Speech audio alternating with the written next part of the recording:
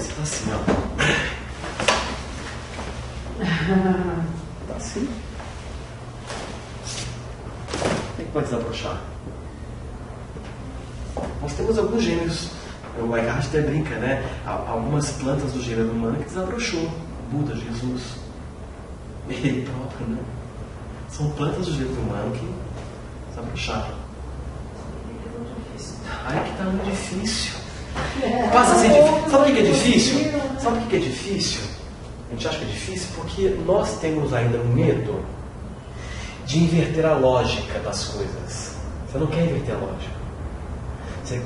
A lógica que está muito forte em nós é um condicionamento. Nós vamos ter que transcender esse condicionamento. Mas isso começa de uma forma muito natural, muito tranquila, muito suave, né? Que é entender que essa lógica de sobrevivência não é a lógica natural. Se você se mantiver nessa lógica da sobrevivência, que é uma lógica egóica, você vai ser governado por uma psicologia, que é a psicologia da destruição. E não da iluminação. Porque a psicologia da iluminação, ela diz que para que você possa desabrochar enquanto ser, há que se ter um grande ato de relaxamento, que corresponde a um ato de absoluta rendição, para entrar para valer no contexto da realidade e para que então você possa ser orientado por uma inteligência avançada ou superior, que não é do ego. É a inteligência que faz você enxergar a solução, que faz você enxergar o caminho e que faz enxergar a tua liberdade que sempre foi sua. Ela te dota desta visão. Então, na hora que eu invento a ênfase dessa lógica, eu começo então a modificar o meu posicionamento diante da vida, a forma como eu lido com a minha cabeça. E aqui começa uma coisa incrível: os pensamentos deixam de ser energizados, porque a emoção é provocada quando você energiza uma estrutura mental. Quer dizer, você dá atenção ao pensamento. Dá muita atenção e ouve as bobagens que a cabeça está dizendo. Ih, você vai acabar sozinho, hein? Você está perdido. Você vai terminar debaixo da ponte. Nossa, você está ali. Está vendo? Olha só o que você fez. Você realmente não presta, você não vale nada. Aí começa todo aquele... E você vai ouvindo. O ego vai, então, se preparando para garantir a sobrevivência. E a sobrevivência é assim, ó. Essa inteligência primitiva, como é que ela garante a sobrevivência? Muitas vezes, ó. Eu já estou sofrendo, porque ter um ego já é estar em sofrimento. Porque ter ego significa resistir a tudo. Principalmente a realidade. Então já está sofrendo. Gratuitamente. Então, nesse estado de sofrimento, a inteligência primitiva do ego fará com que eu, que sou o meu sofredor, inflija sofrimento no outro, porque agora o meu principal alimento é sofrimento. Você precisa. E nós aqui, todos nós aqui, maior ou menor grau, nós ainda dependemos do sofrimento alheio. Porque eu ainda sofro. Quando eu me libertar realmente do sofrimento, eu nunca mais vou infligir sofrimento a ninguém. Não consigo mais infligir sofrimento. Não faço mais ninguém sofrer. Eu não provoco mais essa inteligência primitiva. Eu não provoco, porque eu não tenho mais essa inteligência. E aí eu passo pelo poder de cura. A presença cura. A minha presença faz você resgatar a tua sanidade por trás da mente. Estou aqui perto sem falar nada. Estou só aqui, ó. A energia está sensibilizando. Daqui a pouco começa a ficar toda serelepezinha, feliz, com vontade de viver, toda cheia de astral bom, com aquela coisa gostosa, com bem-estar. Por quê? Porque por um momento eu interrompi o fluxo de atividade egóica, ou seja, uma ideia que eu achei que fosse me completar e que agora não tem mais acesso a ela. E eu ainda, como se não bastasse, resisto ao fato de que eu não tenho mais esta ideia. Então são dois momentos de sofrimento. Primeiro, eu sofro porque eu não posso mais contar com aquela ideia que eu apostei que ia trazer completude. E segundo, eu não aceito isso. São dois momentos de sofrimento. Então, uma pessoa que está nesse fluxo de atividade egóica, ela vai infligir sofrimento em quem estiver por perto. A menos que seja alguém que já tem um campo de presença instalado. Aí não atinge. Aquele campo transforma então a frequência maior do que o campo egóico, certo? Lembra que o campo egóico tem valência negativa, o campo egóico, né? É um campo de negatividade. Eu nego tudo. Então é negativo. É essencialmente negativo. Esse campo, ele tenta inibir uma das coisas mais sérias. Você está com um campo que tenta inibir a realidade. Horácio, você falou que às vezes a gente não pode fazer comparações, né? Que você começa a comparar. Por exemplo, nesse exemplo que você citou, vamos supor assim, o fato de às vezes você ver uma pessoa que também, você falou que a gente precisa do sofrimento, e eu acho que às vezes é meio isso, mas na medida em que você vê uma pessoa que está muito pior que você, isso já não te desperta para uma melhora? Porque você fala assim, poxa, eu não estou tão mal quanto eu pensei, porque existem situações piores. Isso também não pode ser uma... Pode, depende. Uma chave São para dois você pode. começar a pensar assim, poxa, mas de repente eu estou vendo as coisas piores do que são. Pode. E aí abrir uma luz, né? Agora, vai depende. sempre depender de... Depende da resposta. Vai depender de como você consegue entender isso, né? Se você tiver já com uma consciência bem trabalhada, se você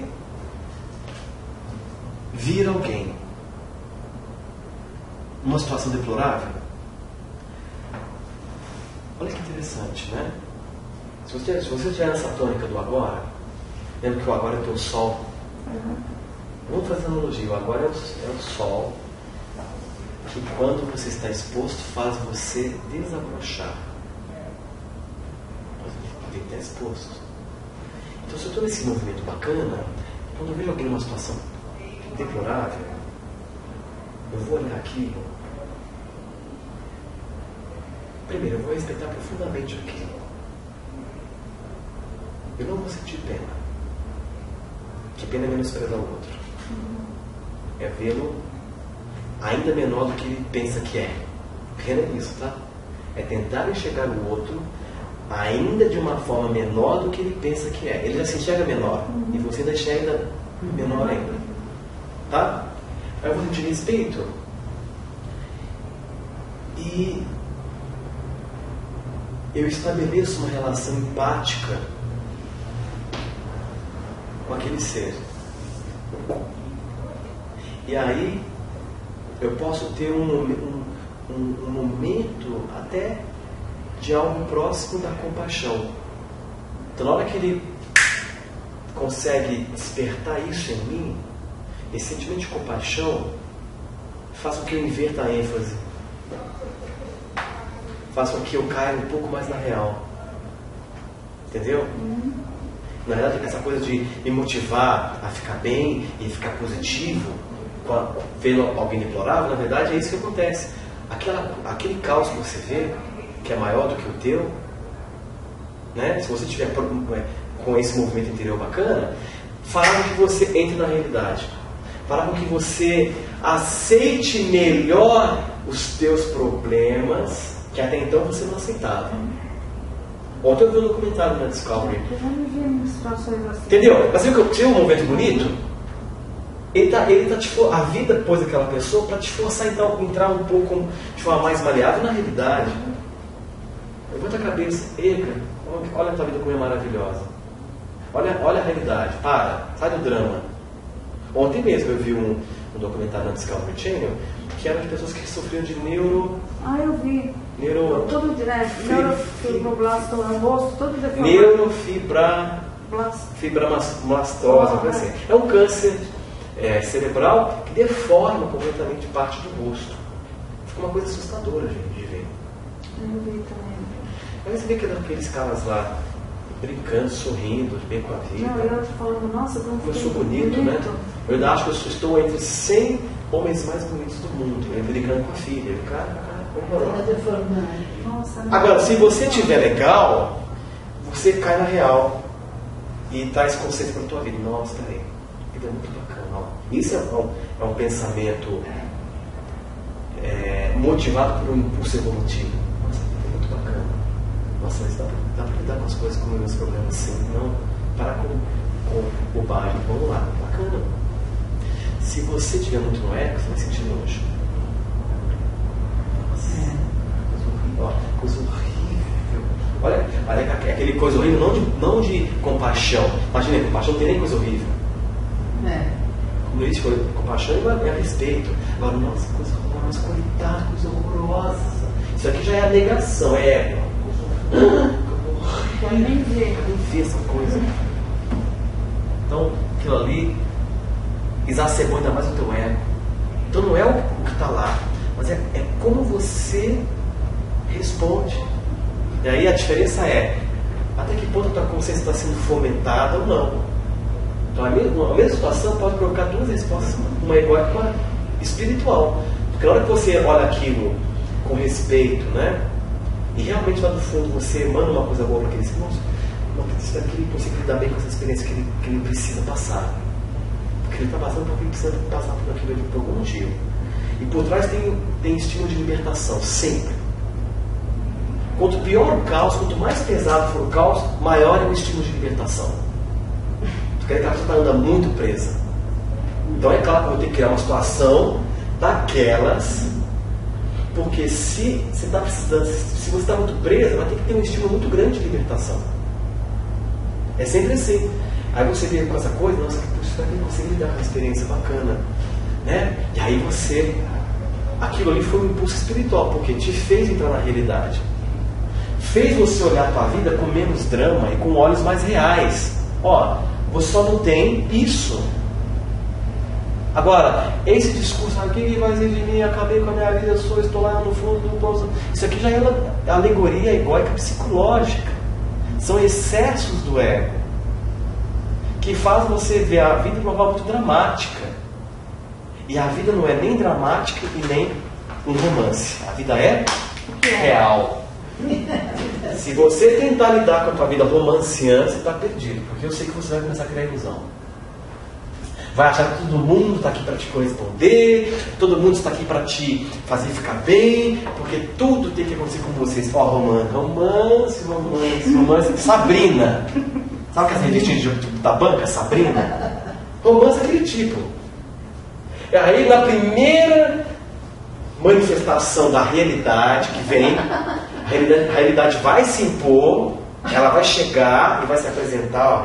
Ó, a verdade é esta. Pronto. Caiu. Foi pro brejo. Então é muito pouco. Vida não é romântica e nem dramática. A vida é o que é. Ela é real. Então aprendamos a lidar realisticamente com aquilo que é de mais real. Tá?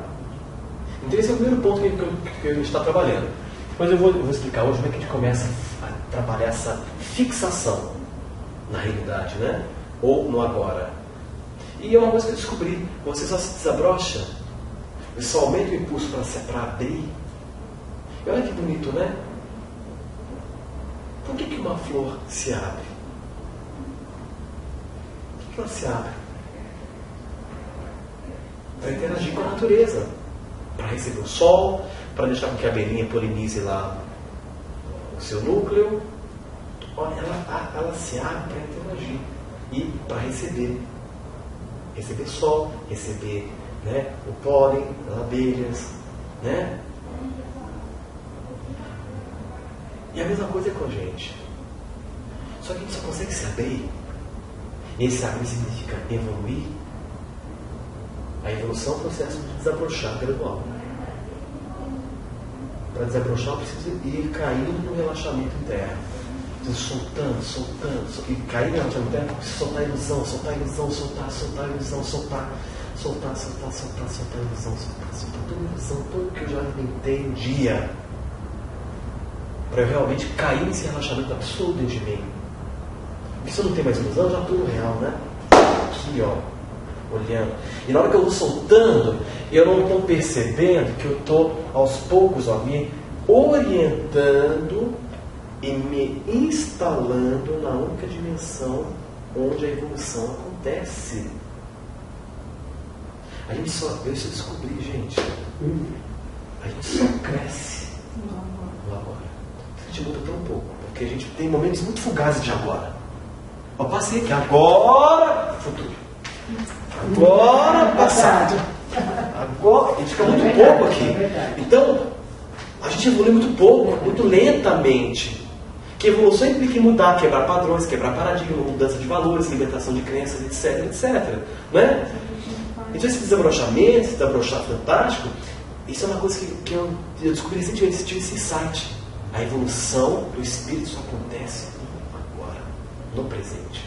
Então nós perdemos muito tempo retardando a nossa evolução. Perdemos muito tempo com o medo de perder a nossa identidade. Portanto, nos mantemos num modo de sobrevivência. Porque o medo de perder a identidade. Se eu não tiver aquele conteúdo, quem serei eu? Né? Então, isso caiu uma ficha muito grande para mim. Que o ser humano ele muda muito pouco, se a gente vê a história, são os mesmos padrões de comportamento. Né? É verdade. Luta, poder e posse, luta, poder e posse. Guerra, guerra, guerra. Agora, na hora que você começar a passar momentos maiores aqui, começar a ficar mais tempo, aí começa um processo de transformação tão forte que não para, vai rompendo as limitações, né? Começa a ter um fluxo de inteligência maior por você, começa a conceber o teu caminho aqui, começa a sacar como você pode fazer para reverter alguma coisa. Isso tudo vai vindo sem esforço nenhum, gente. Vai vindo em você. Nós já sei como eu vou reverter essa situação. Porque o teu eu superior não vai fazer por você. Você tem que fazer a tua parte aqui. Ele não vai chegar aqui materializado, sai de cena que eu vou resolver para você. Não. Ele vai te dar a informação. É assim que se faz. Vai lá. Eu já sei como é que eu reverter essa situação. E você vai e é matemático. Ele te põe na atividade. Né? E quanto mais você faz, mais você realiza, mais prazer você sente, mais cheio de sentido você sente, né? E aí você vai aprendendo a fixar, e você sabe, aí você descobre que, nossa, quando eu estou ali, eu sou uma outra pessoa. Como eu mudo a forma de lidar com tudo, como tudo se torna mais fácil de lidar. É como eu falei, gente. Aqui a gente fica mal, e chora e estremece por uma bobagem. E em contrapartida, tem gente lá na Antioquia passando fome que tenta rir com esforço, porque não tem força nem para ficar de pé, mas mesmo assim se esforçam para sorrir. Né? Então é muito interessante a gente começar a ponderar esses valores. Né? A gente fica mal porque, né, alguém diz não pra gente. Pois é. Eu já recebi muito não, você também já deu muito não pra muita gente. Ué, é assim, a vida é assim. Cada um tem direito de falar sim ou não, quando quiser. Isso é ótimo. O problema é quando você acredita que alguém ou alguma situação vai ser responsável pela tua plenitude. Quanto trauma você vai ter que passar? Quanta cabeça você vai ter que bater para se libertar deste modelo que só te faz sofrer? Virou uma rima. Quanto vai ter que bater na cabeça? Tem que rachar, tem que sangrar isso? Para entender que eu não posso mais condicionar minha felicidade em alguma coisa que está fora de mim. Eu posso ter, vai ser bacana usufruir, curtir, mas eu preciso estar livre. Eu preciso estar da minha felicidade livre de qualquer coisa, porque ela, em essência, é livre. O amor, a felicidade, sentimentos mais nobres, portanto, reais, são sentimentos independentes, gente. Tudo que é real é independente. Já falei isso aqui, não é? Tudo que é real e verdadeiro é independente. Então, amor, felicidade, paz são coisas independentes. Eu não preciso usar nada de fora para chegar, para sentir isso. Só que talvez a gente não tenha ainda um nível de consciência para poder. Nós já temos, nós já temos, porque nós estamos no mundo do universo, porque agora já é opção isso. Antes não era. agora está disponível como uma escolha. Não sofrer agora é uma escolha, pode ser uma escolha com consciência. Antes não era. Então nós chegamos num nível de consciência que o universo já nos concedeu este poder de escolha. É a tua opção. Se quer sofrer, você sofre, se não quer, não sofre nada.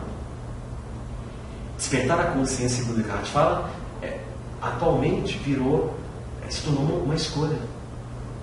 Antes não era. Porque a consciência era muito rudimentar. Então você teria que passar mais alguns milênios para aprimorar a consciência, para chegar nessa condição em que o despertar, o desabrochar, hoje está disponível como uma escolha dentro de você. E quando isso acontece, é porque nós estamos no limite de evolução para o próximo estágio ou de destruição da própria existência. É interessantíssimo esse processo. Agora, eu queria te perguntar uma coisa, que eu sempre, alguns cursos que eu fiz e tal, sempre se falava muito em inconsciente coletivo. Então, assim, a ideia que eu tinha, não sei se eu não entendi ou se a ideia foi essa mesmo, era como uma coisa que vinha, te arrebatava, né?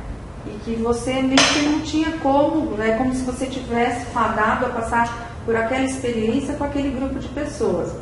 Baseado nisso que a gente está falando, de você se ligar, na verdade, eu não dependo desse inconsciente coletivo, a menos que eu me atrele a esse grupo. Ou existe esse inconsciente que trabalha meio que para... São duas coisas aí. Uma coisa... Existe esse inconsciente coletivo? Até que ponto isso afeta, por exemplo, assim, a nossa vontade de não pertencer a esse grupo, entendeu? Então, ou não ser... fazer as mesmas coisas. Tem dois momentos importantíssimos. Primeiro, você tem um conceito que é karma. O karma é um sistema que ele vai sendo construído dentro de nós. Que é esse inconsciente coletivo ou não? Não. Segundo, assim, o inconsciente coletivo é uma coisa que ninguém sabe o que é. Especula, né? Agora, na verdade, o que se tem é o seguinte: tudo aquilo que você não aceitou muito bem tende a ser vinculado a você. Entende?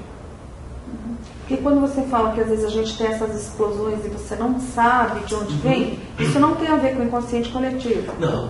Tem a ver com você mesmo. É isso que eu queria saber. O inconsciente coletivo pode te afetar como um conjunto, como a média dos pensamentos e sentimentos comuns no planeta? Pode.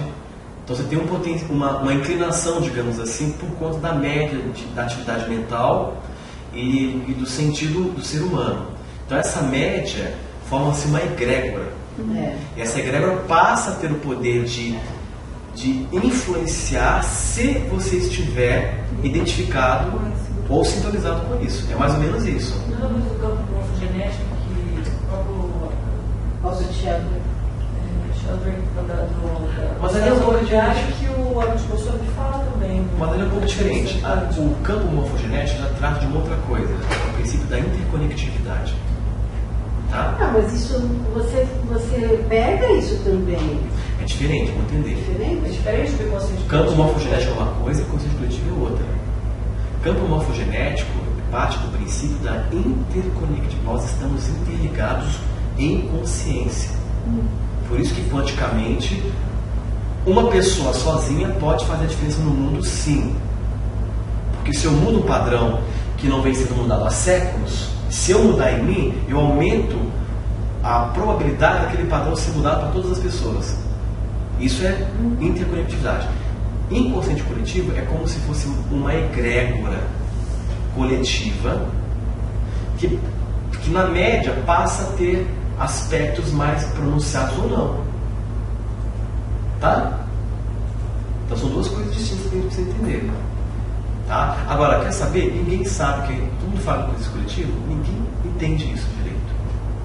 Eu procuro ver dessa forma, que a média da atividade mental e de sentimento da humanidade, que resulta num potencial solto, né? Mas isso só atua se houver identificação. Sim. Não estou sujeita a isso como se fosse assim uma superimposição. Uma experiência que eu tenho que passar. Eu acho que não. Acho que não. Por exemplo, O karma tem a ver com isso. agora, o que é certo é que aquilo que você não resiste, você se vincula. Isso pode transpor vidas. Isso pode transpor vidas. Isso pode transpor vidas a fio. Pode transpor vidas a fio. Se eu não aceito um dado comportamento, na outra vida vai estar um espírito lá interpretando o mesmo arquétipo de comportamento que eu não aceitei. Se aquilo me incomoda, cria em mim uma lacuna, um traço que eu preciso superar.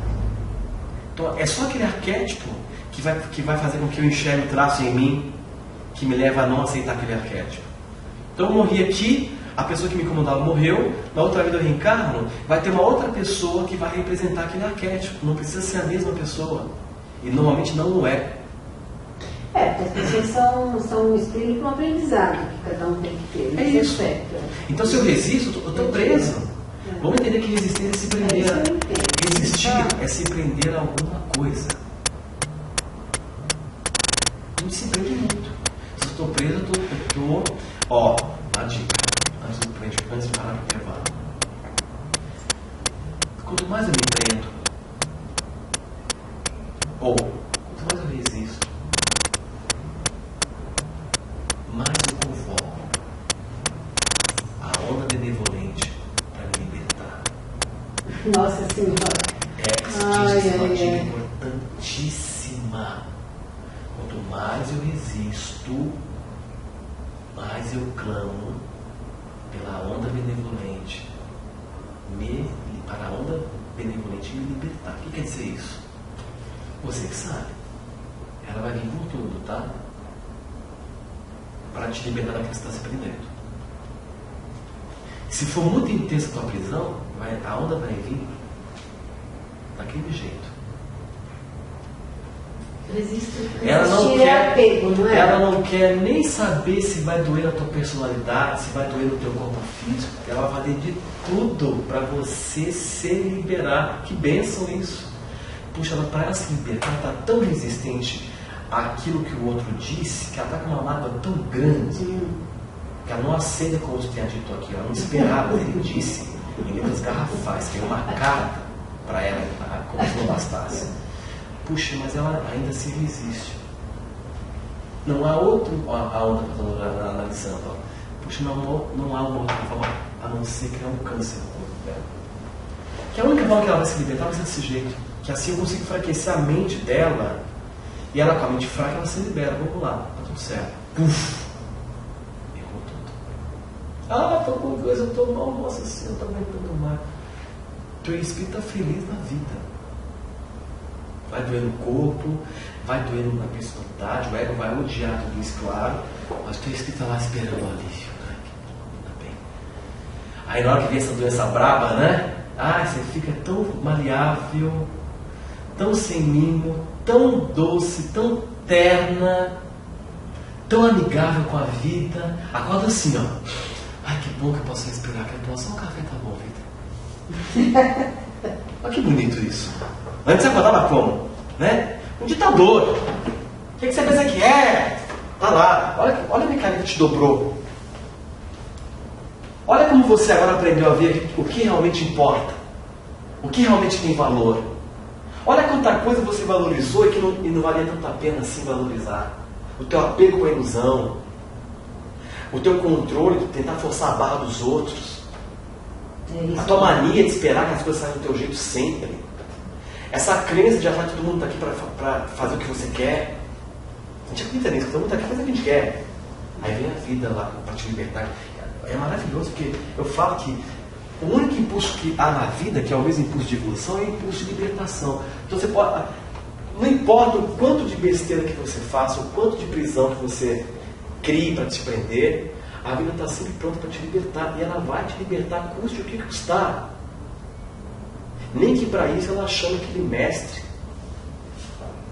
que é o Uns dizem que é o pior, mas eu digo que é o melhor, porque ele vem com uma firmeza e com ele não tem nem conversa. Ele chega a abrir o que é preciso para você aprender. Sofrimento. O sofrimento. É um mestre chamado sofrimento, ele vem, olha para você, se quer. Ela só aprende com um baita câncer no estômago. Pá! Porque ela não consegue metabolizar a realidade. O estômago é a metabolização da realidade. Ela tem dificuldade de processar a realidade. Ela é muito mimada ainda. Então vamos já adiantar o serviço, que com ela não tem nem conversa. É tão resistente que ela nem ouve e nem vê. Tentei mostrar a amiga dela que gerou câncer. Aí começa assim, né? Só na trégua. Ela precisa de um câncer, mas vamos dar um de chá? Vamos colocar exemplos perto dela, ver se ela cai na real. Ela tá, tua amiga tá com câncer. Nossa, ela ficou, nossa, deixa eu fazer uma visita. E a amiga prostrada na cama, mal pra caramba. Ela conversa toda leve e nem assim aprende. Com um exemplo. Começa com exemplos próximos. Puxa, ela não tá aprendendo, eu não queria fazer, eu sou obrigado. Ela só vai. Eu mostrei o quanto doloroso é, o quanto desnecessário é aquilo. Mas ela só vai aprender vivendo na carne dela. Paf! Tá lá. Aí dobra você inteira. Não dobra? Acaba com a tua vaidade, acaba com o teu orgulho. Vai começar a dar bom dia pros porteiros do prédio. Vai começar a dar bom dia pra todo mundo na rua. Vai começar a ter uma tendência de fixar a atenção nos fenômenos da natureza. Nossa, como o sol está bonito hoje. Nossa, que planta linda. Valores pequenos. Isso aí só começa a ser assim de novo quando você começa a ficar sensível de novo. Se você não está sensível, você não vê mais nada na tua vida. Só problema, preocupação, pagar conta, levar o filho não sei aonde, porque a vida é isso. Você não consegue mais parar para focar a atenção nos fenômenos naturais que invocam paz dentro de você. Gente, se você olhar o sol num céu como foi hoje, e parar olhar um pouco para aquele céu, sem julgar e sem interpretar, não, mas só olhar, você vai ver que aquele astro lá, ele está ali para chamar a paz dentro de você. A natureza tão perfeita que ela deu elementos para você se conectar sempre. Mas aí você não consegue mais fazer isso, você está presa na sua própria prisão. Aí vem o sofrimento como mestre, põe uma doença, já que você só vai aprender desse jeito, faz você recobrar toda a sensibilidade que você tinha para voltar a ficar dócil com a realidade. Isso se você tivesse a chance de voltar, né? Sim. Você não vai para outra vida. Né? É tão bonito. Aí você fica dócil de novo com a realidade, começa a aceitar essa doação, você não quer mais nem julgar. Você tá... Aí você começa a ficar apegada com os fenômenos da natureza. Ai, que bom. Ah, tá tão fresco hoje. Olha aquela flor. É assim, é tão bonito de ver. Aí começa o processo de restauração. Começa aí um monte de religião, se permite ouvir tudo. Coisa que nunca. Você já começa a dizer que não vale a pena julgar, porque isso desgasta uma energia grande. Você está ali mais dócil, do jeito que a vida sempre quis te ver, para te dar as coisas. Aquele bicho rabugento morreu. Bicho rabugento. Né? Aquela pessoa, né, chata, reticente, rígida, se foi, para nunca mais voltar. Aí a tua vida começa a ter um sentido, fica uma coisa maravilhosa. Agora, quando eu falo que hoje tudo está disponível, nós podemos, da forma mais elegante possível, optar por esse nível de vida. Nós podemos, com consciência, nos estimular no dia a dia desse modo. Para a gente não precisar mais desse tipo de estímulo, né? Ou seja, eu posso começar a viver daqui, a partir de agora, sem criar mais prisões. Que eu sempre quando eu crio prisão, tende a haver uma pancada. Eu não quero mais dar um passo e criar uma prisão ali, acolá. Eu posso viver em prol da minha liberdade. Eu estou voltado para isso. E eu sei que o primeiro passo é realmente abaixar a cabeça e reverenciar a vida, reverenciar a realidade. Porque tem uma coisa maior que sabe o que é melhor para você e ela põe o tiro que ela quiser. Porque ela está se movendo para você evoluir, crescer, rumo ao teu crescimento, rumo à tua liberdade. Então, por favor, aceite aquilo que contraria o querer e desejo do seu ego. Porque você aprendeu a querer. Você aprendeu a desejar. Aceite, repete isso, né? Aceite, você consegue? Não consigo. Aceite, aceitar. Né? Aceite a aceitação. Aceite que a realidade está de forma. É. Aceite. Porque tudo que ela está te colocando, eu tenho certeza, está ao seu favor, no sentido de te libertar. Se ela está te libertando daquilo, porque aquilo não iria te fazer evoluir. Iria gerar mais prisão. Então é uma coisa muito interessante a gente ponderar. Né? Sair dessa inteligência primitiva que faz você lutar contra a vida.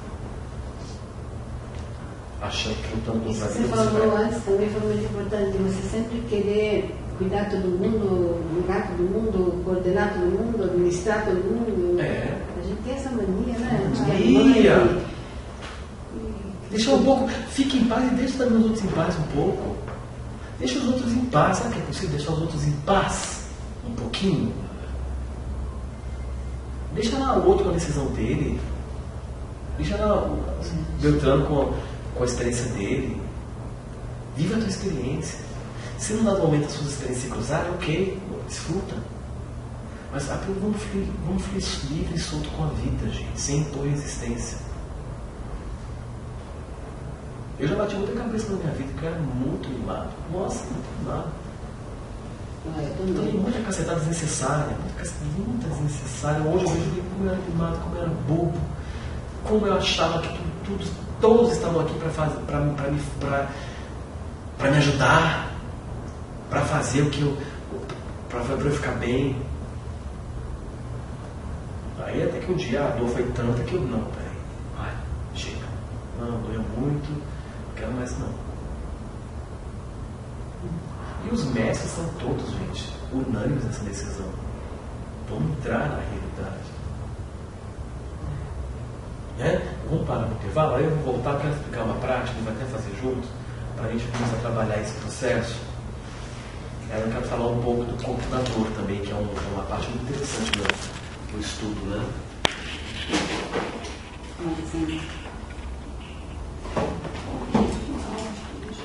Né? Trazendo mais à tona todo esse mecanismo, né? Do nosso ego, tentando reforçar para vocês a importância, né, da gente aprender a fluir com a vida, né? E ao mesmo tempo gerar esse discernimento, você começar a perceber aquilo que é impulso que se impõe contra a sua limitação e aquilo que é impulso genuíno que vem da tua essência, da tua consciência, né? O fato é que quando você aprende a não acatar a esses impulsos que te fazem com que você não evolua, você abre um caminho para que esses impulsos evolutivos possam fluir por você, para que você então, né, se desenvolva.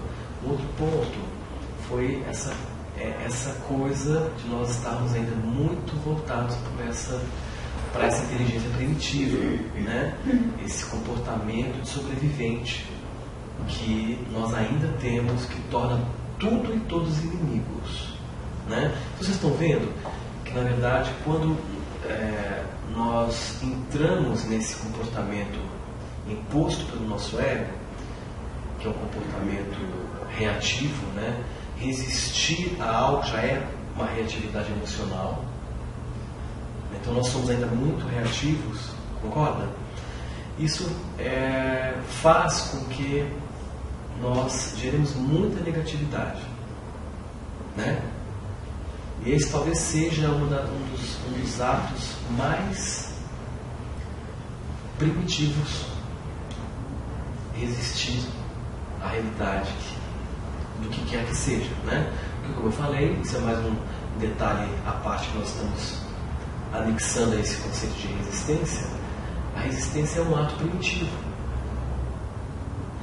nós conseguimos ser mais animais do que os próprios animais. Porque os animais não resistem. Os animais não. É engraçado isso, não? Os animais não estabelecem resistência. Né? Então o que acontece? O detalhe que a gente precisa adicionar nesse contexto é o seguinte: quando a gente resiste, nós estamos nos comportando num modo primitivo, porque o que está por trás desse ímpeto de resistir é uma inteligência primitiva, certo? De um sobrevivente.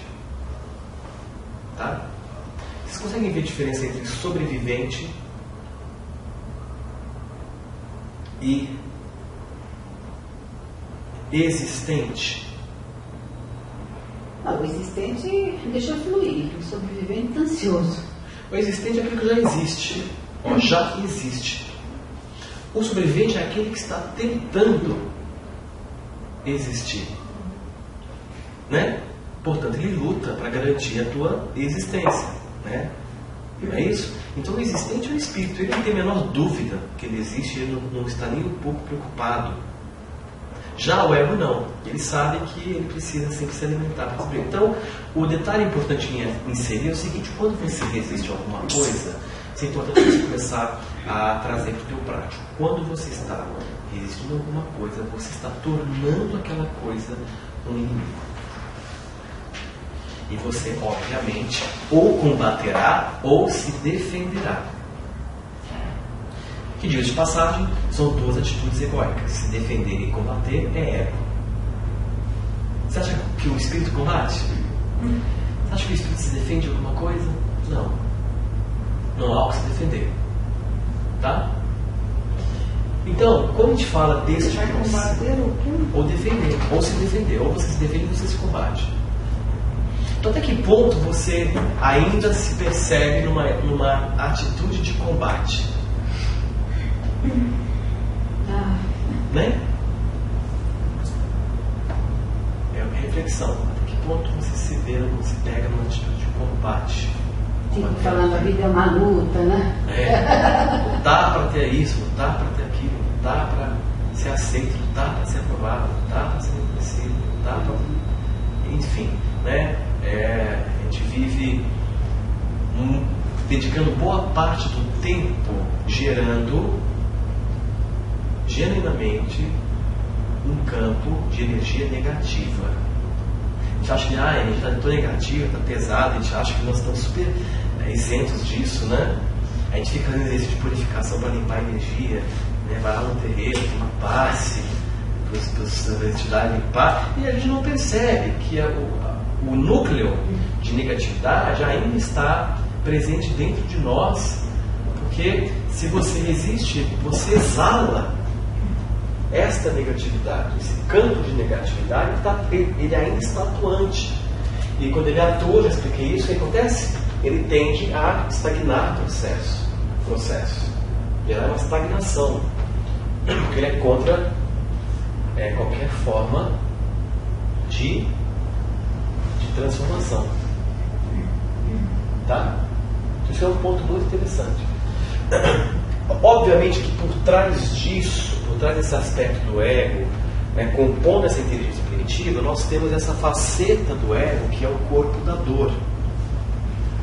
Né? Que esse corpo da dor, na verdade, é como se fosse uma entidade primitiva dentro de nós que muitas vezes ela desperta em busca de alimento. Faz parte do ego. É um componente do ego, esse corpo da dor. Um aspecto, né? Faz o quê?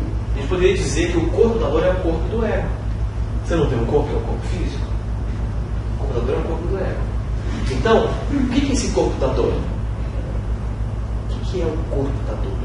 Tem duas coisas importantes. Primeiro, esse corpo da dor ele é formado a partir da contração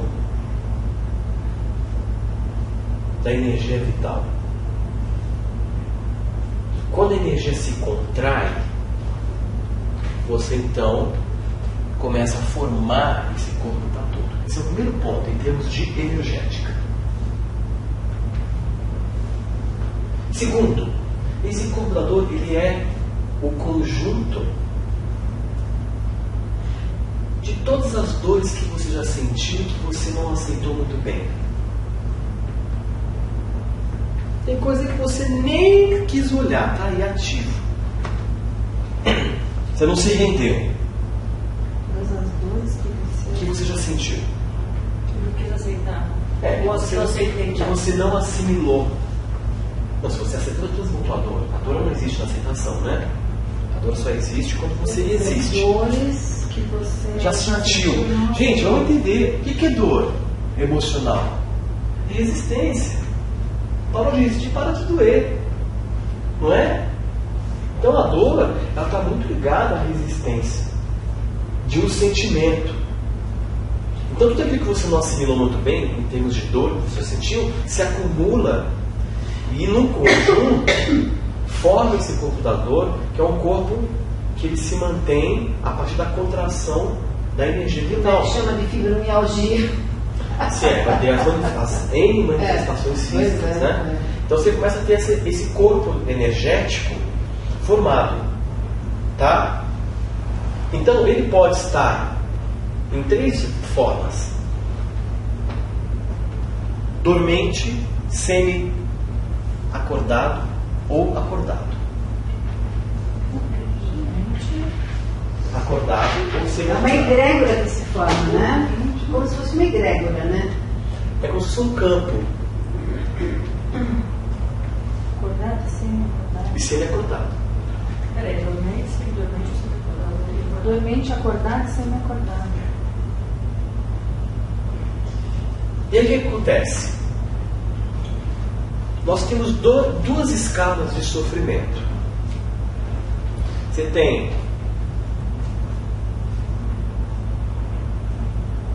ou as 2 escalas de inconsciência. Você tem a inconsciência comum e você tem a inconsciência profunda.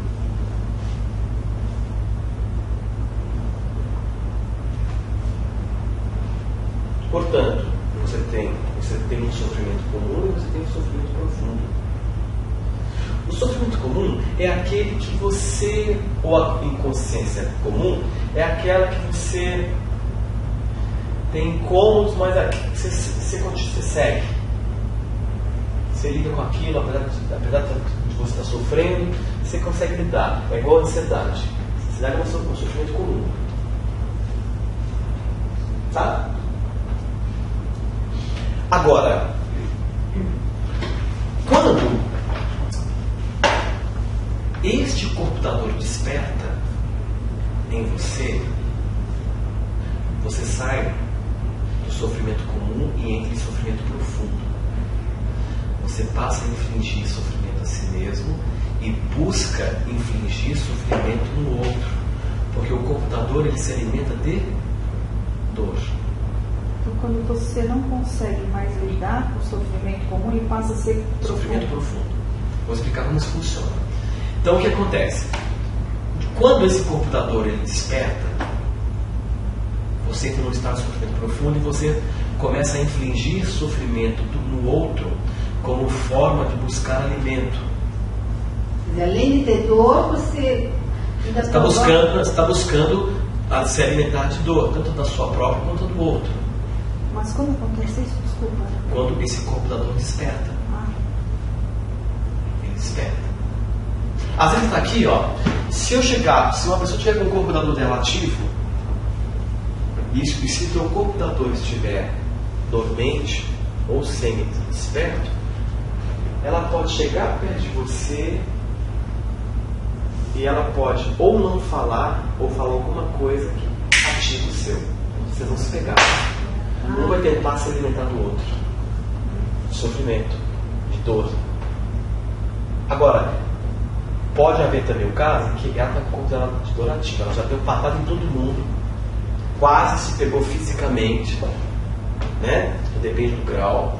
Aí chega alguém que está muito desperto, ele está na presença dele. Essa presença consegue fazer a fera dormir. E ela desliga. A questão é que quando ele se alimenta o suficiente da dor, ele dorme de novo. E sabe lá quando ele vai despertar.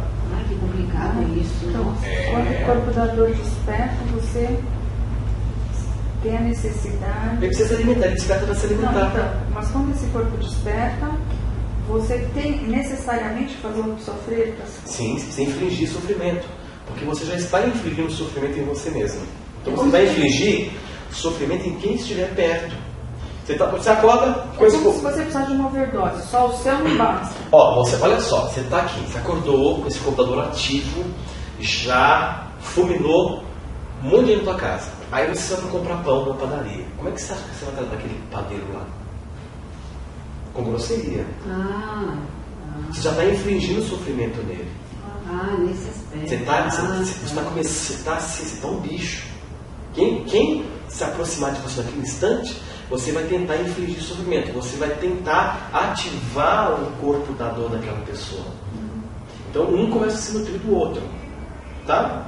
E aí o que acontece? No momento em que ele desperta esse corpo, aí tem um detalhe muito delicado. Mas precisa algum fato para despertar isso. Sim, você não pode acordar de manhã, deitar bem e acordar mal. Não, eu vou explicar o que aciona isso. Entendi. Agora, quando ele desperta, ele super energiza as estruturas do teu ego, as estruturas de pensamento que até então estavam enfraquecidas. O que fazia com que você lidasse com os teus problemas de uma forma incomoda, mas aquilo você vai levando. Você vai levando. Então quando ele desperta, ele energiza essas estruturas num nível muito forte. Então aquilo que não te incomodava, começa a te incomodar e alcança uma proporção que fica insuportável. Entendeu? Esse é o problema. Porque o corpo da dor, quando ele desperta, ele super energiza o teu ego. Então imagine todos os aspectos do ego potencializados. Resistência, comparação, julgamento, projeção.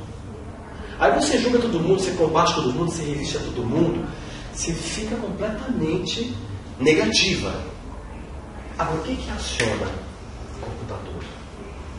Quanto mais você resistir, maior será a propensão em despertar esse corpo. Porque se resistir já é a experiência básica de sofrimento, toda vez que eu resisto, eu tenho a propensão de despertar esse corpo. Aí a energia vital se contrai, seu corpo fica tudo tenso. Você trava, fica tão tenso, né? Teu ego se super energiza e o ego fica super denso também, porque as estruturas mentais que o compõem estão super energizadas. Aí você começa a reclamar de tudo, né? Que é uma atitude de resistência total a tudo, né? E começa a se debater, a se degladiar, a lutar contra tudo e contra todos, até que ele se alimenta, gera muito sofrimento em todo mundo, inflige, desperta o corpo de muitas pessoas em volta, tem uma reação em cadeia disso tudo, né? Até chegar ao ponto em que o sofrimento que você precisava já foi suficiente e dorme de novo. As crianças, elas têm explosões de computador muito intensas, mas muito rápidas. Elas explodem, choram e depois elas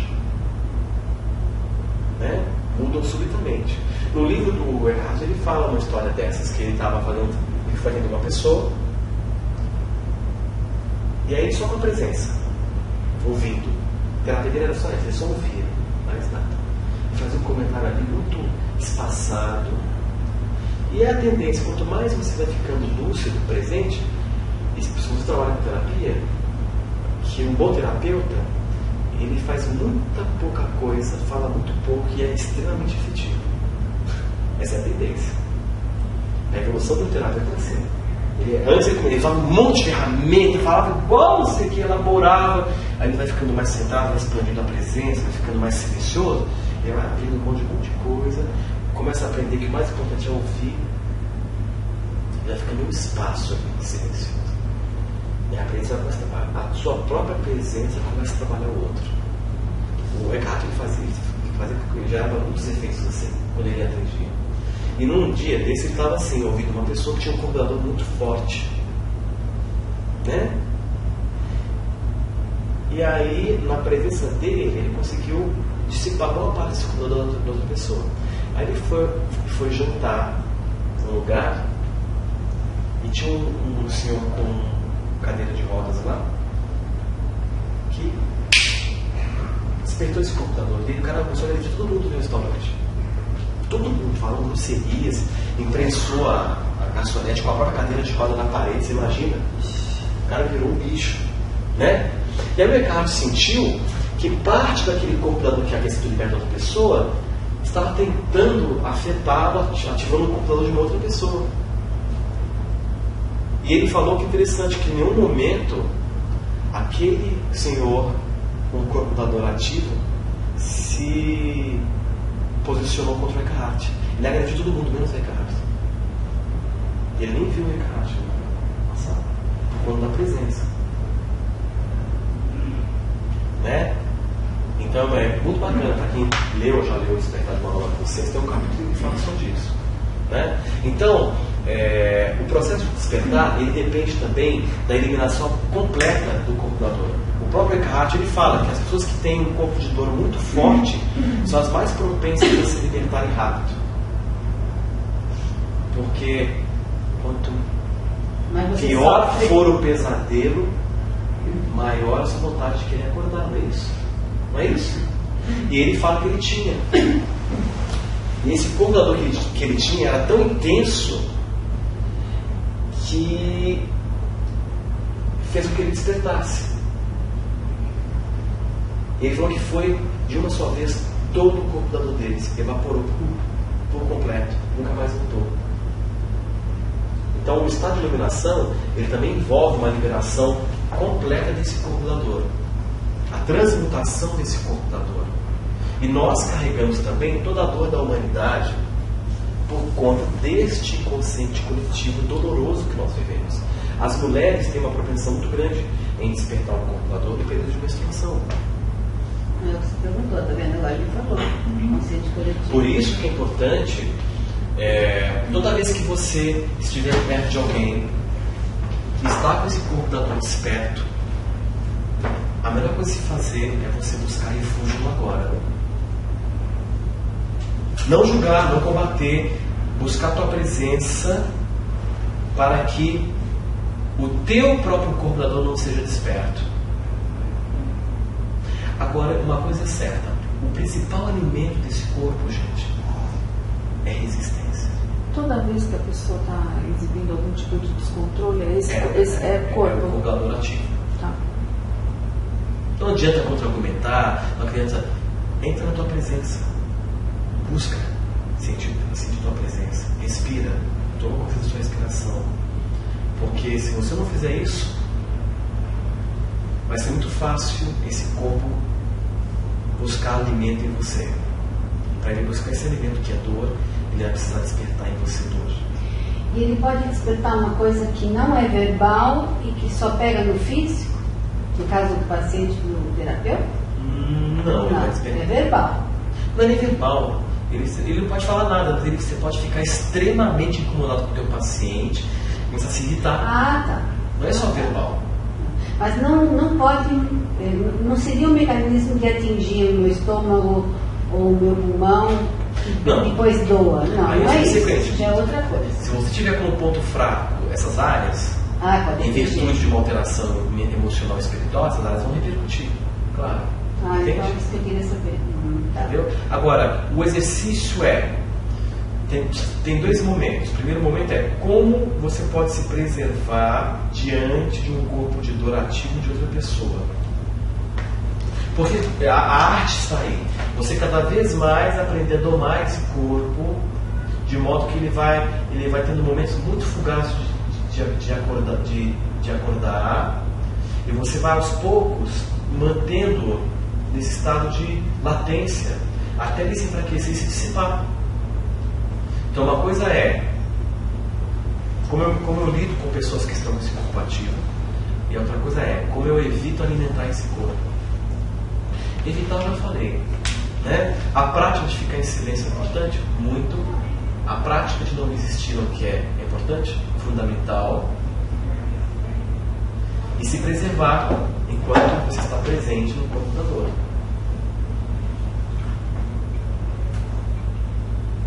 Você consegue imaginar a intensidade de um corpo do computador daquele rapaz lá do Belém? Quantos corpos de dor ele despertou à distância pela TV? Pessoas que só de ver sentiram um ódio do que ele fez? Conseguiu. Conseguiu. Ele infligiu muito sofrimento em muitas pessoas, se limitou e despertou muitos corpos de dor. A essência é a mesma. Mas imagina uma pessoa desperta assistindo essa notícia. Ele ia sentir aquele respeito. Ele não é nem julgar, né? Ele espera que ele aprenda com essa experiência, que ele fique bem. Então, Horácio, a gente lida com isso a todo instante, porque em grau maior ou menor, todo mundo tem. Não precisa ser, por isso que eu te perguntei, né? Porque às vezes você pensa que precisa ser uma coisa extrema, que nem desse menino. Não. Mas qualquer falta de paciência do outro já é exatamente. Um limiar de. Mas é aquela coisa, ser meio desperto. Ser desperto é mais fraco, é uma coisa mais rápida, né? Mas quando desperta. Aí vira isso daí. Porque quando ele está ativo, você simplesmente energiza o teu ego a um fator muito alto. Então tudo aquilo que você lidava com uma certa tolerância fica absolutamente intolerável. E o estresse é um potencializador de dor acordado, né? O estresse. Uma pessoa estressada, ela está sem controle de nada, né? Mas o que é o estresse, né? É aquela pessoa que ela está tentando a todo custo se antecipar ao futuro. Isso gera sofrimento, porque ela está resistindo ao agora. Então, se ela está resistindo, ela já está gerando dor, e essa dor pode ser o suficiente para ativar esse corpo.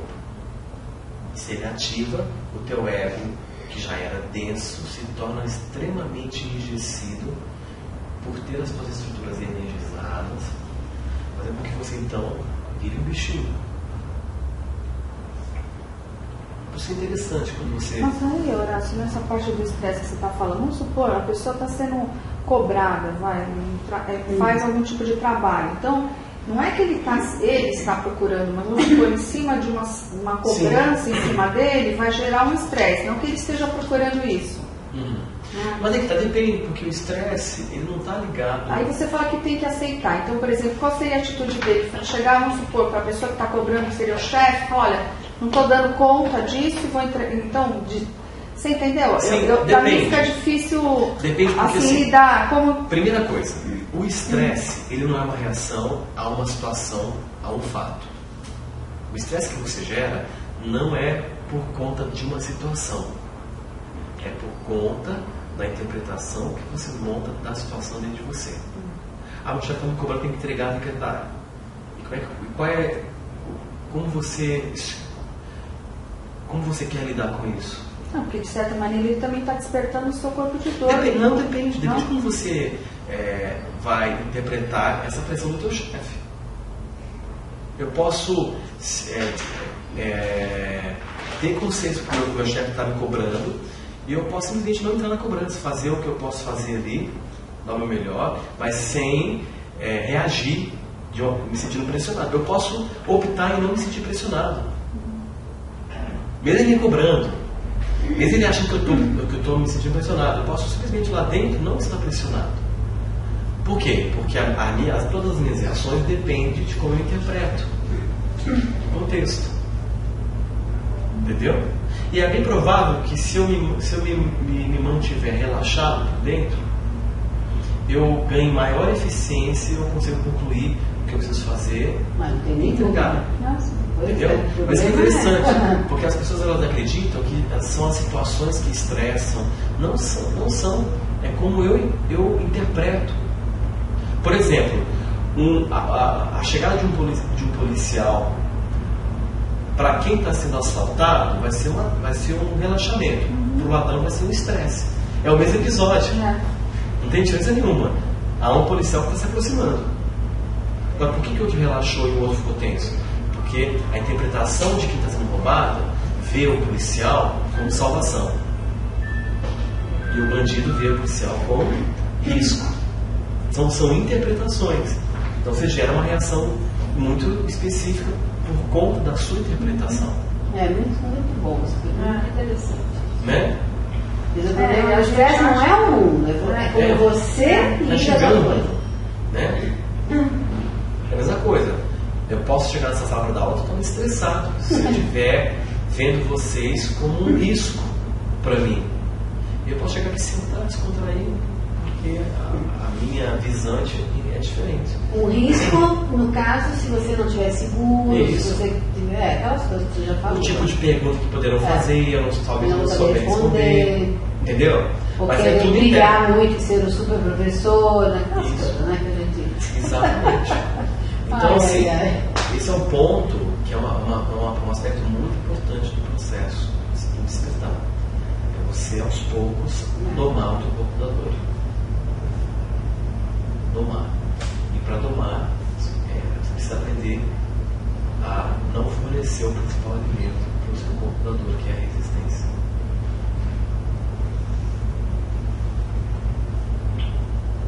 Nossa, essa palavra, quando você fala essa palavra resistência, eu já fico arrepiada, porque eu acho tão difícil de entender, que acho que a gente resiste o dia inteiro. Pois é. É assim mesmo. Então eu fico... A gente não aceita. Nem se dá conta que está resistindo, A que é gente, pior, aceita, né? a gente não aceita muito bem os fatos. Principalmente se for de coisas que você espera. Que é um outro problema, né? Você espera de um jeito e de repente não é. E aquilo que não sai do jeito que você espera, você tende a resistir muito. Familiares que você espera que tenha um pai assim, ele é assado, a vida inteira. E aí é um problema de ênfase, né? De mudar a ênfase, porque a gente aprende a nos ligar aos outros emocionalmente. A gente aprende a usar os outros como condição de bem-estar, de felicidade, de preenchimento. Isso é uma coisa da nossa cultura. E é uma armadilha muito grande, né? Porque aí começa o teu sofrimento, começa a tua prisão. E aí é uma estrada tortuosa de muito sofrimento, um atrás do outro. Porque muda o cenário, muda as pessoas, mas você não muda o comportamento. Isso é cultural, Né? Então, mas é bom porque quando a gente sabe disso, eu estou revendo uma série de coisas como eu vi a pessoa, entendeu? Então é legal porque agora você pode voltar. Né? E agora você pode ver aquela pessoa de uma outra maneira. Mas isso que ele falou, olha essa frase, a gente aprende a usar os outros como instrumento para o seu bem-estar. É isso. Olha que coisa forte.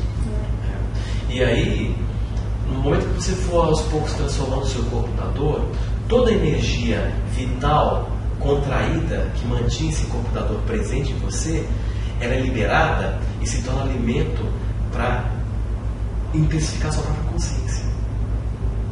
Essa energia que é contraída, essa energia vital contraída, que mantém o corpo da dor em você, quando você consegue transmutar o corpo da dor, toda essa energia vital presa, ela é liberada e é absorvida pela consciência. Então você ganha essa presença. E como consequência, o teu corpo cede.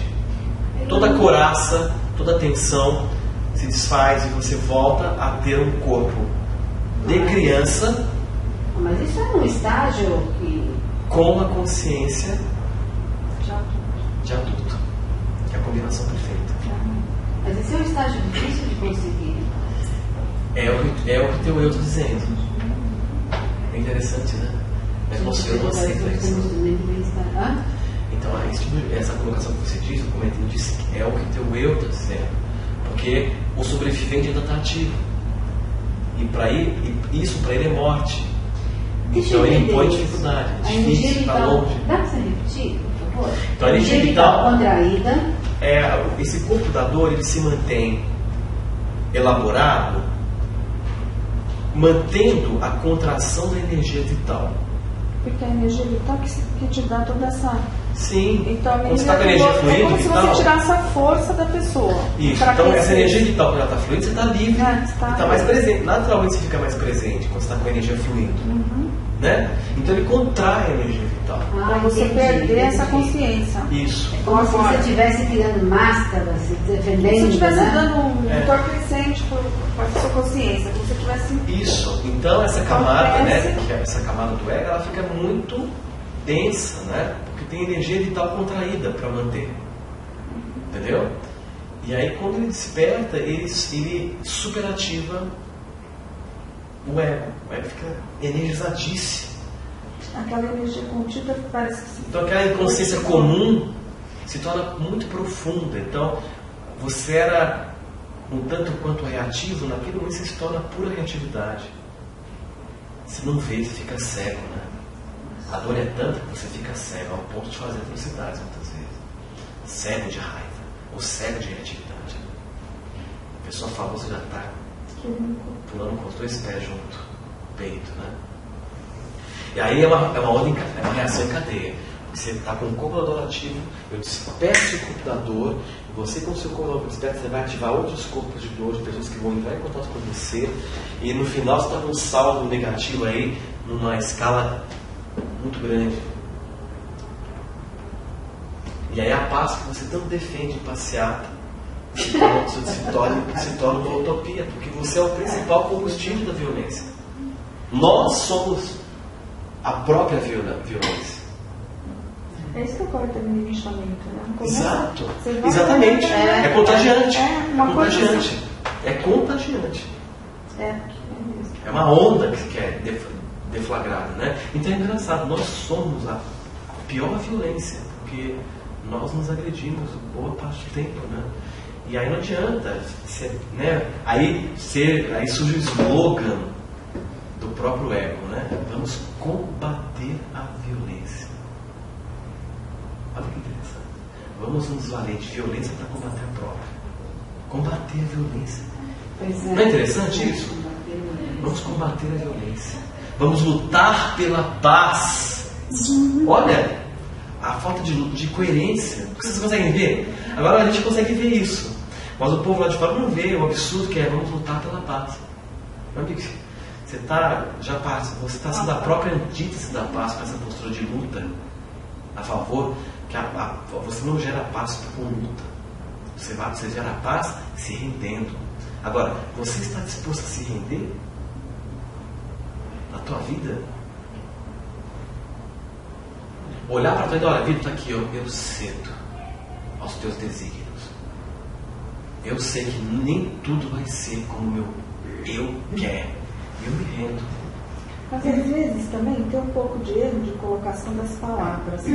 Porque, por exemplo, no fundo, as pessoas quando elas falam assim, vamos combater a violência, na verdade, elas não querem assim nenhuma atitude. Elas não querem. Elas querem, assim, como quem está dizendo assim, o que nós podemos fazer para neutralizar essa... Sim, mas você concorda? Que, por exemplo, se eu ouço isso e eu não consigo tenho ver... entendimento, eu vou partir para uma... Aí tá, se eu não consigo ver que a base literal do que está sendo proposto, ela está equivocada, se eu não percebo o quão ilógico é a colocação, isso quer dizer que lá no fundo você não consegue... eu ainda não estou preparado para paz.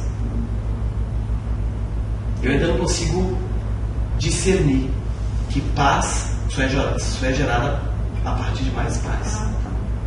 Então, se eu aceito isso e vou lá e coaduno, eu vou estar lá fazendo um movimento pro forma, né? Só que eu vou dar paz, você vai lá dentro de casa, comigo eu sou muito violento, né? Eu ainda sou muito negativo porque eu resisto a tudo e a todos. Então, não vai fazer tanta diferença. Por isso esses movimentos, eles estão aí quantos anos, esse movimento pela paz? Que paz nós estamos movendo? Eu estou falando isso porque teve um curso que você deu, algumas palavras que você mostrou, sim, o erro que a gente usa, e só aí você já se conecta no erro. Exatamente. Então, entendeu? Por isso que eu estou falando que às vezes, na verdade, a pessoa não tem essa intenção, mas acaba se ligando nessa energia por conta da mau uso da palavra. Exatamente, mau uso da palavra. Então, acho que primeiro, antes de mais nada, antes da gente pensar em fazer alguma coisa para combater, entre aspas, a violência, era primeiro a gente esclarecer esse tipo de coisa. Exatamente. Começar por aí, né? Vamos combater as drogas.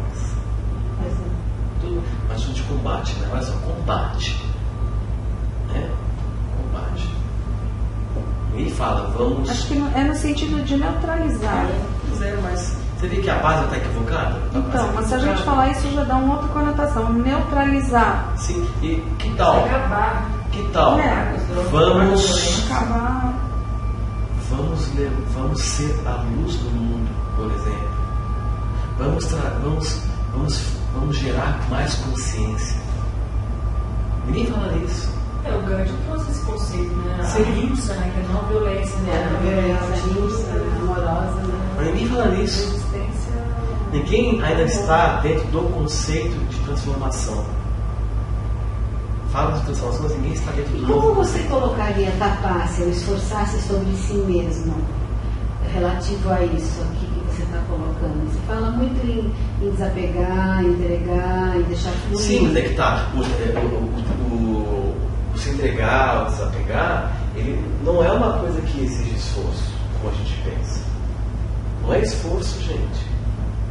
Quando você fala de espírito, de espiritualidade, você precisa banir essa ideia de esforço, porque se você está se esforçando, não é espiritualidade. Há o comprometimento. Porque quando tem esforço, eu entendo que você está tentando transformar alguma coisa que você ainda resiste. Verdade. Então vai virar um inferno na tua vida.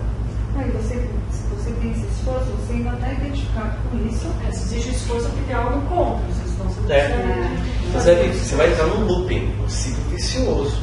Você vai entrar num processo, entendeu?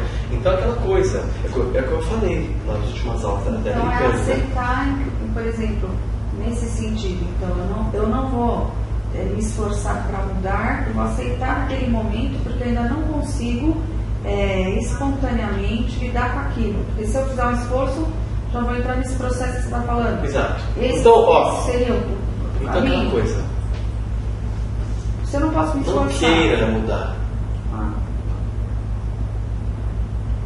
Apenas se aceite com o que você pode ser nesse instante. Que aí você irá mudar muito mais rapidamente, entende? Nossa, é muito difícil isso. Você fala, uma outra Mas acho ótica. que é mais fácil. Né? porque É você a aprender gente a cada fala. momento, ficar bem com o teu momento. Seja Sabendo no que erro, melhor, seja no né? sucesso, não importa. Mas é ter essa consciência de que está tudo bem, eu estou aqui, ó, na realidade.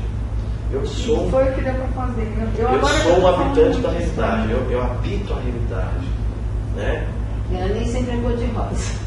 Aí que tá, porque o ser cor-de-rosa ou cinza é relativo, porque ela vai ser cor-de-rosa se ela for do jeito que você espera, certo?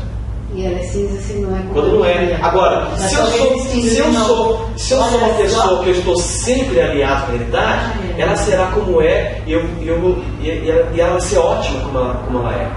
Porque em mim não há resistência. Se está nublado, ok, porque eu sei que o tempo ele é oscilante, então já me rendi nisso. É aquela historinha do monge que se iluminou quando ele estava lá na feira e ele escuta o cliente: eu quero o melhor pedaço de carne. E aí o vendedor fala: todos os nossos pedaços são os melhores. Aí o monge tem iluminação na hora. Entendeu? A outra data para ele se iluminar. Quando você está ali alinhado com o que é, cada momento será o melhor momento. É o que o Eckhart fala. Quando você estiver em alinhamento com o que é, cada momento será o melhor momento.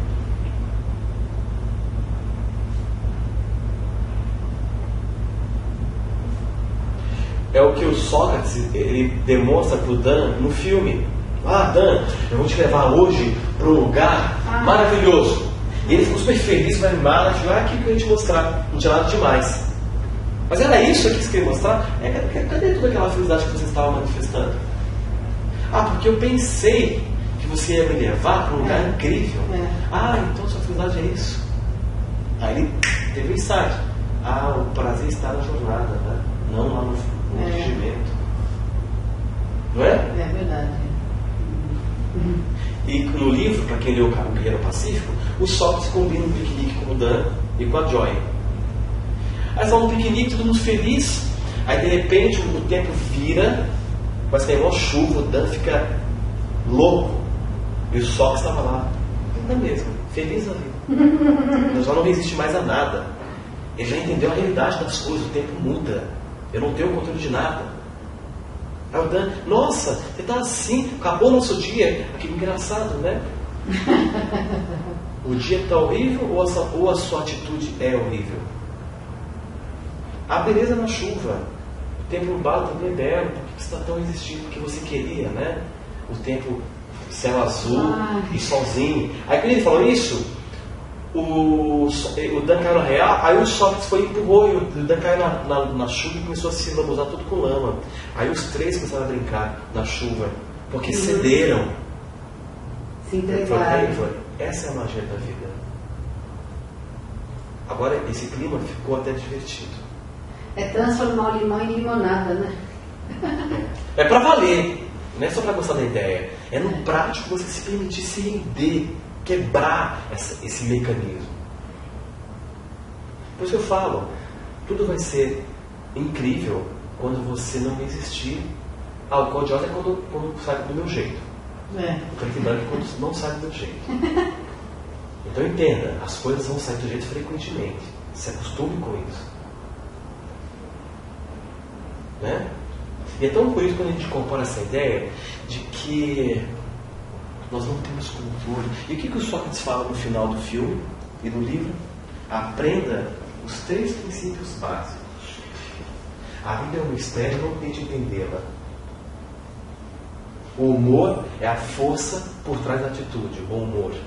E terceiro, nada permanece o mesmo.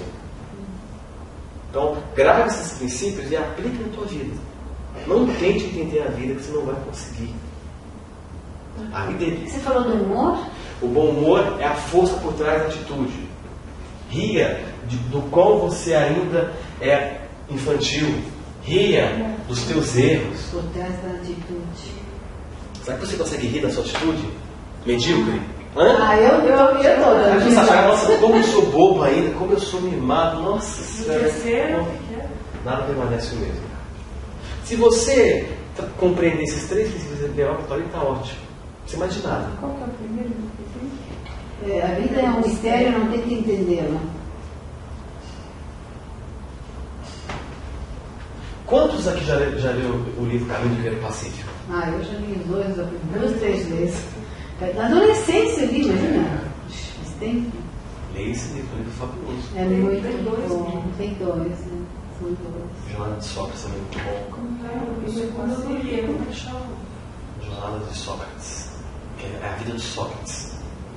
Porque no final do livro, o Sócrates dá o diário dele pro Dan. E aí o Sócrates entra dentro do banheiro, o Dan vê um clarão, não entende nada, chega lá, o cara já está meio desaparecido, né? E aí já... E o livro é muito bonito, por quê? Porque ele é a prova, vou falar agora para ela, ele é a prova cabal de que se o Sócrates conseguiu chegar no estado que ele chegou, sendo que ele foi no passado, para quem for ler o Jornada do Sócrates, vai entender o que eu estou dizendo, esse estado está disponível para qualquer pessoa. Porque o Sócrates, para quem for ler o livro, a vida dele, tinha tudo para ser o pior bandido. Você pode imaginar. E por muitos anos ele alimentou um ódio profundo dele. Por muitos anos ele resistiu a situações realmente assim horrorosas na vida dele. As coisas que esse cara passou, o que ele viveu, o que ele aconteceu, ele passou, ele tinha todos os motivos para se tornar a pior pessoa do mundo. Aí ele escreveu o que é uma pessoa sofrer para valer. Perdeu a mulher que ele amava da forma mais horrível que você pode imaginar. Trucidada. Entendeu? Isso é uma das coisinhas que ele vivenciou. E aí, depois de um tempo, ele encontrou algumas pessoas interessantes, começaram a mostrar para ele algumas coisas, e ele começou a se trabalhar internamente, e explodiu a consciência dele. Então eu falo, um homem que ele é de origem russa, né, nasceu na Rússia, imagina, um condicionamento super rígido, teve uma educação super rígida, foi militar, escola militar desde muito cedo. Então assim, e ele, né, por tudo que ele viveu e passou, conseguiu se liderar. Você entende? Então está mais próximo de você do que você imagina. São pequenos ajustes muito sutis que você precisa fazer no Mas seu eu tenho prático. percebido em mim, desde que eu comecei. É ajuste, gente, ó. Eu tenho percebido. E vai soltando. É aquilo lá, é você praticar yoga 24 horas. Essa é uma real yoga. É. Se conectar com você. É praticar 24 horas de yoga. E essa conexão vai vir quando você for aos poucos cedendo. Quando você cede, mais você se aproxima de si. Né? É que a você ela no metrô. Que eu falei, tá lá. Lotado, no tanque esbarrando, tá lá. Brincando, tá rindo, tá divertido, tá se rendendo. Eu aposto que ela entra no metrô e não espera que o metrô esteja vazio, que ela sabe que é assim mesmo. Então ela já se adapta, né? E a aceitação te leva a se adaptar, e quando você se adapta, tudo é perfeito. Então não busque perfeição, busque adaptação, porque ao se adaptar tudo ficará perfeito. Essa é boa, Não é? Busca perfeição, busca adaptação. Mas é óbvio. Então busque essa adaptação. E a adaptação sempre começa com o quê, gente? Deixa eu aceitar o contexto como ele é. E aí tudo vai fluir de uma forma fantástica. De uma forma realmente interessante. Não é? Então eu acho que a lição, né, a mensagem mais importante de todo esse curso seja essa mesmo, né? A de você permitir que a sua consciência atinja este universo através de você. Se tornar realmente um portal de transmissão da consciência cósmica. E para isso que é interessante, porque toda vez que eu me mantenho no módulo primitivo de resistir a alguma coisa, o que eu estou fazendo? Eu estou inserindo mais uma pedrinha no muro que impede a minha consciência de chegar. Você está entendendo? Porque quando eu resisto, resistir é negar, eu estou negando o quê? Eu estou negando a consciência de chegar na realidade das coisas. Seja do meu corpo, seja da vida. E se essa consciência não chega, não há transformação. Se eu nego que eu tenho um traço de comportamento que eu preciso transformar, se eu resisto a isso, quer dizer que eu não vejo isso. E se eu não vejo, a minha consciência não consegue chegar para transmutar. Então a essência do que eu estou trabalhando aqui é essa. É de você aos poucos assumir a sua condição de ser um canal. Para que essa consciência atinja o universo e flua através de você, se transformando em obra, em realização. Meu ponto de partida é esse. É de dominar essa arte de entrar no agora. Lembra que foi outra aula? Quantos movimentos eu preciso fazer dentro para chegar no agora? Não resistir, não projetar, não comparar, não julgar. Maladinho. Estou aqui.